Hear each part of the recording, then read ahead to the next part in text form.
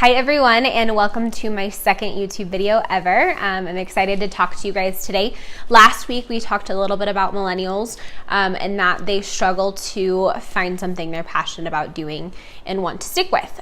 So I thought it would be good for us to talk this week about how you find something you're passionate about and then what it looks like when you found it versus what it doesn't look like. So I did go a little bit more in depth in my blog, but just to sum it up a little bit, a couple questions to ask yourself when you're trying to find something you love doing. The first question is, do you actually enjoy doing it? So think about all the things that you enjoy and love doing. And you should actually enjoy something you're doing on a day-to-day basis.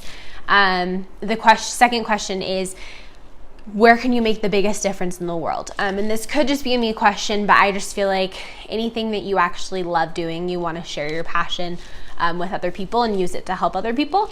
And then the third question is, does it provide for the kind of lifestyle that you want? And this could mean so many different things to so many different people. So some people need the multi-million-dollar car and the multi-million-dollar house. They need all the money in the world. Some people would be so happy with just some extra time to spend with their family.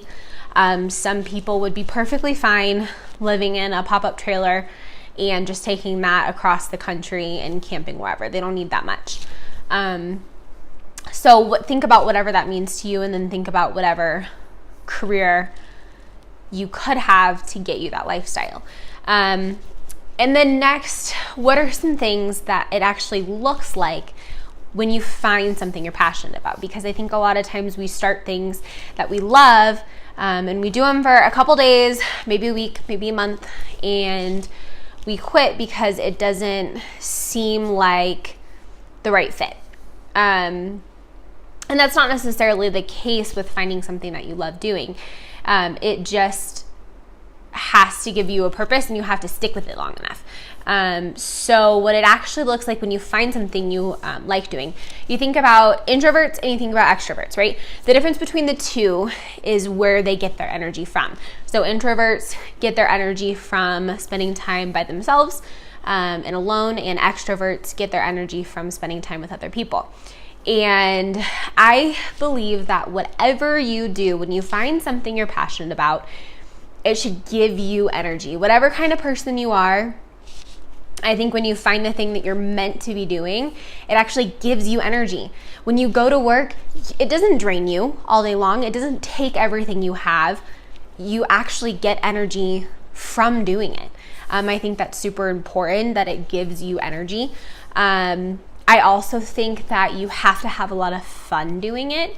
I don't know why people don't talk about that more, but I think that you should have fun at whatever you do. You should have fun with the people that you work with. You should have fun just doing whatever you do on a day-to-day basis. And so I think that should be a huge part of it. And then for me personally, and this could be different for everyone, but I think it should be something that gives me freedom. I like a little bit of freedom to be able to try ideas out and see what works and doesn't work for me. That's just something I personally get joy out of. So I think it should give you freedom to be whoever you want to be and try different ideas when you want to. And then lastly, I think, especially if you're a millennial, if you're in my age group, you tend to not love the basic 9-to-5 schedule. So millennials are actually challenging your 9-to-5 schedule that's been kind of a thing for forever now. And a lot of people misunderstand it and think that we want to work less. We don't want to work less. We want to be more productive in the hours that we are working and work in hours that make sense for us. So like for me personally, having a little bit of flexibility in my schedule and being able to adjust it to what works for me, that's a huge part of being able to discover something that I'm passionate about. So those are some things that it does look like. A few things that it doesn't look like, you guys. And the next thing I'm going to say is super important. And if you get anything out of this video, I'd hope you get this. What finding your passion doesn't look like is it doesn't mean that you won't have a day where you want to quit and you want to give up. It doesn't mean that you're not going to have a really bad day and you're going to come home from work and you're going to say, dang, I really want to quit. I really want to give up. I can't do this anymore. I can't say that's not going to happen to you, because it literally happens to everyone. No matter what you're doing, no matter what field you're in, no matter who you are, that's going to happen to you. But what finding your purpose does look like is every time you have a day like that where you want to give up and you want to quit, it looks like the reason why you do what you do. Your motivation, your big purpose for doing the thing that you love doing, that reason why is far stronger than your willingness to quit when things get tough. And you guys, this is huge. This is huge. It means your purpose is so much bigger than your motivation to quit and give up. That's what it looks like to find something you love doing.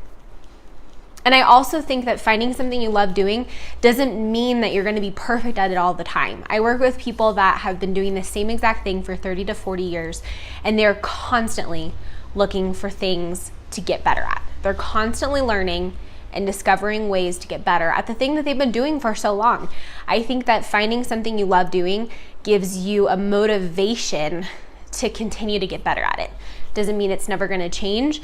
It just means that you want to change and evolve with it because you love it that much.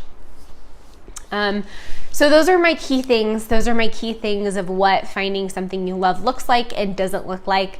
I hope that helped a little bit, you guys, and I hope that gives you some food for thought and things to think about when finding something you love.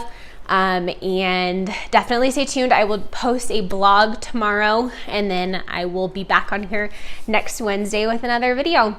Thanks so much for listening, and I hope you guys have an awesome day.